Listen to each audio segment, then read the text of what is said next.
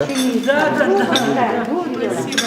Во-первых, я кланяюсь вам всем, дорогие учителя, дорогие преподаватели, которые всю жизнь сделали все, чтобы у нас получилось. Ивановна, я от лица коллектива нашего лесного института и, конечно, от себя лично. Я хочу вас поздравить с прекрасной датой, потому что великолепно выглядите. Столько хороших дел, которые вы успеваете делать. А главное, выражает то, что вы этому делу очень-очень преданы.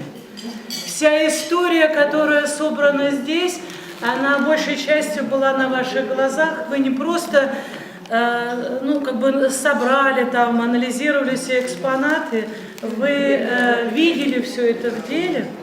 Спасибо, что есть такой музей, всегда приятно сюда приходить. Спасибо, что приглашаете. Ну и хотелось пожелать вам, будьте здоровы, будьте счастливы, пусть у вас будет все хорошо, процветает университет и музей просвещения. Мы всегда с вами.